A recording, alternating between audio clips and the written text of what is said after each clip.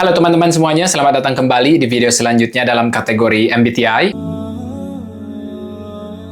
Nah, setelah kita beres membahas di video-video sebelumnya tentang fungsi hero dan parents ya, di video kali ini kita akan lanjut membahas tentang child function atau fungsi anak. Jadi seperti yang sudah bisa kita pahami bahwa di dalam jiwa kita itu seolah-olah ada keluarga. Dan salah satunya topik yang akan kita bahas di sini yaitu fungsi anak. Fungsi ini disebut anak karena mencerminkan sisi penuh keyakinan ya, polos juga, dan optimis. Seperti yang bisa kita pahami bahwa karakter anak itu kurang lebih seperti begitu. Jadi di sini ketika kita membahas tentang child function, ini optimisnya sama dengan hero function. Ketika kita masih anak-anak ya, sangat sadar sekali digunakan. Dan karena energinya yang sama juga, seringkali tertukar. Misalnya untuk ENFJ, fungsi FE dan fungsi SE-nya itu optimis. Dimana ketika si ENFJ ini masih kecil, maka di sini mereka benar-benar ingin menentukan apakah mereka itu sebenarnya dominan FE atau dominan SE. Karena fungsi ini benar-benar sama dalam hal energinya. Di sini menurut Dr. John Bowlby juga menjelaskan bahwa fungsi child ini juga fungsi yang divine atau memiliki sisi keabadian. Bayangkan saja ketika masalah datang pada kita, kemudian kita tidak bisa mengatasinya dengan ego kita, ya, dengan subconsciousness, dengan unconsciousness, dengan super ego, maka yang tertinggal dan sangat aktif yaitu fungsi child ini. Fungsi child ini masih aktif karena kepolosannya. Misalnya untuk ENTJ dan ENFJ, karena fungsi childnya di sini sama ya, SE, maka di sini seterpuruk apapun keadaan mereka, fungsi child inilah yang akan tetap hidup. Dimana di sini mereka masih tetap optimis untuk take action, ya, dan stay in the present juga. Jadi tidak terlalu mengingat masa lalu. Jadi mereka benar-benar fokus pada yang bisa dilakukan sekarang. Inilah keistimewaan dari child function untuk ENFJ dan ENTJ ini. Seterpuruk apapun kondisi mereka, child function inilah yang akan menjadi penyelamatnya. Tetapi tentunya child function ini ada kelemahannya juga. Dan tentunya kita akan bahas ini nanti, oke? Sekarang kita maju ke poin yang pertama di sini, yaitu esensi dan tujuan fungsi child ini. Yang pertama, mewakili inner child dalam jiwa manusia, di mana bagian yang membawa sukacita, keajaiban, dan rasa ingin tahu. Jadi jika kita ingin menyelidiki fungsi child ini, seringkali tertukar dengan hero. Tetapi jika kita perhatikan, ketika kita masih kecil, mungkin beberapa dari kita yang tipe ENFJ atau ENTJ ya, mereka cenderung dalam kesehariannya itu seperti tipe ESTP atau SFP ya, di mana kedua tipe ini merupakan SE dominan. Dan untuk ENTJ ENFJ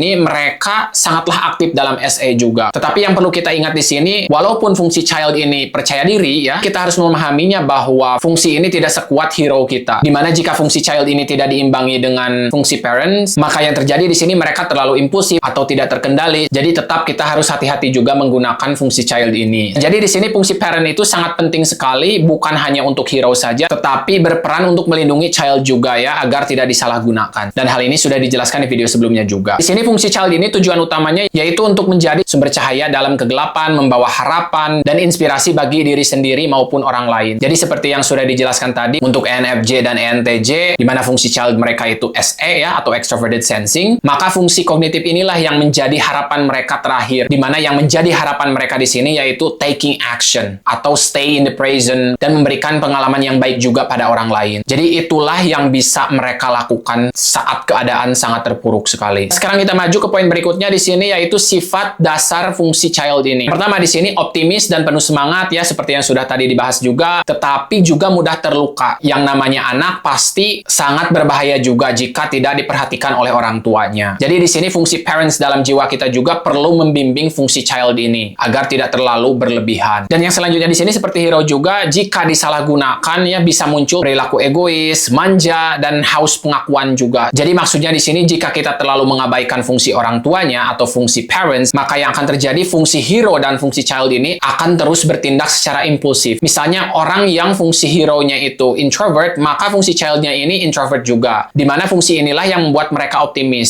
Semakin mereka optimis dengan fungsi introvert ini, semakin mereka terlalu reflektif dan mengabaikan fungsi orang tuanya, di mana fungsi orang tua ini extrovert. Kenapa mereka memerlukan fungsi kognitif extrovert di sini? Alasannya tidak lain karena untuk menyeimbangkan jiwa mereka. Jika mereka fokus pada energi introvertnya saja dan mengabaikan extrovertnya, maka yang akan terjadi di sini ketidakseimbangan energinya. Jadi untuk orang yang introvert, jika mereka mengabaikan fungsi orang tuanya extrovert ya, maka yang terjadi di sini mereka terlalu overanalyzing, ya, terlalu reflektif pada diri mereka sendiri. Sekarang kita lanjut ke poin berikutnya di sini, yaitu tanda penyalahgunaan fungsi child ini, ya. Yang pertama, jika kita meremehkan atau menekan, ya, dan bahkan menolak sisi polos seseorang ini, bisa dianggap sebagai child abuse. Child abuse di sini terjadi di dalam jiwa kita. Misalnya di sini kembali lagi untuk ENFJ dan ENTJ, fungsi childnya itu SE. Jika mereka berada di lingkungan yang menekan fungsi ini, maka mereka sangat tidak nyaman sekali. Mereka akan merasa terkurung, ya, dan tidak bisa take action. Jadi kita di sini harus berhati-hati karena beberapa faktor, misalnya lingkungan di sini, ya, bisa mempengaruhi fungsi child ini juga. Terus untuk contoh yang lainnya di sini yaitu ISFP dan ISTP, ya, di mana fungsi child mereka itu NI atau introverted intuition. Jika mereka dibatasi pilihan hidup mereka seperti begitu, ya, intinya mengekang kebebasan batin mereka, maka mereka akan merasa stres. Jadi kita harus hati-hati juga dengan fungsi child ini, karena di sini setiap tipe itu perlu belajar melindungi dan menghormati child function ini, baik dalam diri kita sendiri maupun orang lain juga. Jadi dengan mengetahui MBTI ini, kita juga mengetahui yang menjadi titik kelemahan orang lain, kayak gitu, yang menjadi titik kelebihan orang lain juga. Tetapi di sini jika kita mengetahui titik kelemahan orang lain, bukan berarti kita harus menyerang orang lain, tetapi di sini justru kita harus menjadi support untuk orang tersebut. Oke, kita lanjut lagi ke poin berikutnya di sini, yaitu interaksi fungsi child dengan fungsi yang lainnya, ya. Yang pertama, seperti yang sudah disebutkan juga, fungsi child ini bekerja sama dengan hero function. Keduanya sama-sama optimis dan saling mendukung. Jadi ketika kita masih kecil pun, kita menggunakan kedua fungsi ini sangat optimis sekali. Untuk fungsi parents dan inferior tidak begitu menonjol pada waktu kita masih kecil. Terus di sini juga fungsi parents melindungi dan membimbing fungsi child agar tetap polos tapi tidak destruktif juga. Jadi fungsi parents ini seiring berjalannya waktu akan lebih muncul lagi dan penting untuk menyeimbangkan jiwa kita. Dimana sebenarnya jika kita berbicara tentang kepolosan dari seorang anak itu sangatlah baik dengan keoptimisannya, tetapi ini juga harus dibatasi oleh orang tuanya seperti begitu agar tidak terlalu destruktif atau impulsif di sini. Jadi intinya jika kita mengabaikan fungsi parent ini, maka yang terjadi di sini si fungsi child ini akan tidak terkendali. Yang selanjutnya di sini juga fungsi child ini berkaitan dengan trickster function. Dimana yang dimaksud dengan trickster ini yang mana akan kita bahas juga di video selanjutnya nanti, seorang penipu. Jadi bayangkan saja kelebihan dari fungsi child ini yaitu kepolosannya, ya. Tetapi kepolosannya ini akan dimanfaatkan oleh seorang penipu. Dibayangkan saja mungkin ada badut seperti begitu, ya, atau apapun yang menggoda anak. Jadi disinilah fungsi parent ini sangat penting. Misalnya untuk ENFJ dan ENTJ, mereka sering menggunakan SE-nya tetapi terlalu polos, dimana seperti yang bisa kita ketahui membuat mereka sangat produktif dan take action, ya. Dan SE ini tidak sekuat ESTP dan ESFP. Hal ini menyebabkan mereka mempunyai memori yang sangat pendek sekali karena extroverted sensing ini hanyalah child function untuk mereka. Alhasil untuk menanganinya mereka harus menyeimbangkan dengan fungsi NI-nya atau makna mereka ke depannya mau apa seperti begitu, ya. Hal ini akan menyelamatkan mereka dengan cara misalnya membuat to-do list. Jadi tidak aneh lagi jika kita melihat ENTJ atau ENFJ, mereka sangat memprioritaskan catatan baik itu dalam kalender, ya, atau to-do list, dimana di sini jika mereka tidak menggunakan metode tersebut, mereka akan mudah ditipu oleh trickster ini seperti begitu. Dimana fungsi trickster ini yakni introverted sensing, dimana introverted sensing ini berada dalam ranah unconsciousness mereka. Jadi intinya hubungan antara fungsi kognitif ini menciptakan keseimbangan antara kepolosan, ya, dengan tanggung jawab dan kebijaksanaan juga dalam ranah unconsciousness-nya. Sekarang kita maju ke poin yang berikutnya di sini, yaitu mengembangkan fungsi child ini. Yang pertama di sini, fungsi child ini tidak menjadi dewasa seperti fungsi parents, ya, tetapi di sini menjadi anak muda yang bersemangat dan kreatif, atau yang dimaksud dengan anak muda di sini youth function. Dan untuk ciri kedewasaan dari fungsi child ini, yakni perkembangannya bisa terlihat lewat refleksi diri, ya, umpan balik dan penerimaan emosi juga. Jadi ketika fungsi child ini menjadi youth function atau fungsi youth di sini, ya, fungsi anak muda, di sini ketika fungsi ini matang, energi polosnya berubah menjadi kekuatan kreatif dan inovatif yang membangun masa depan mereka. Misalnya untuk ENTJ dan ENFJ, kemampuan take action mereka yang polos mereka gunakan untuk membangun masa depan mereka. Untuk ISFP dan ISTP, mereka gunakan tujuan mereka, walaupun tujuannya tersebut cenderung lebih ke jangka pendek, tetapi tujuan mereka di sini lebih bermakna karena dibimbing oleh fungsi parent mereka yaitu SE. Dan SE ini artinya jika mereka ada keinginan walaupun itu jangka pendek, mereka akan bertindak langsung. Dan hal ini membuat hidup mereka lebih bermakna. Karena sepanjang hidup mereka